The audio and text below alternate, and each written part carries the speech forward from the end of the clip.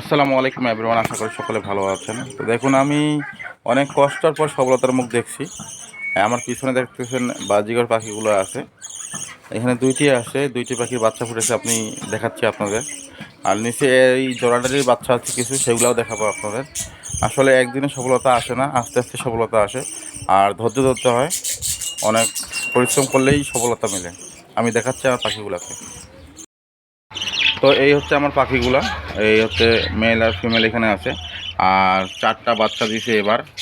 আলহামদুলিল্লাহ, বাচ্চাগুলো সব সুস্থ সবল আছে। আর এই পাখিগুলারে বাচ্চা আরও আছে নিচে, আমি দেখাচ্ছি আপনাদের। এই পাখিগুলারে বাচ্চা করছে, এইগুলা হচ্ছে বাচ্চা।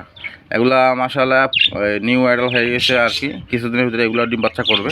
তো কথা হচ্ছে যে ধৈর্য ধরলে আসলে ভাই সব কিছু হয়, কিন্তু আমাদের ধৈর্য নাই, বাঙালির আমাদের ধৈর্য নাই।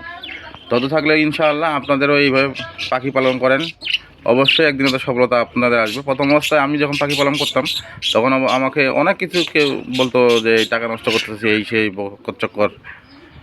তো এখন আর কেউ কিছু বলে না, যেহেতু দেখতেছে ডিম বাচ্চা করতেছে বাসায়। মাশাআল্লাহ, আমার এখানে ভালোই আমি সফলতার মুখ দেখতেছি।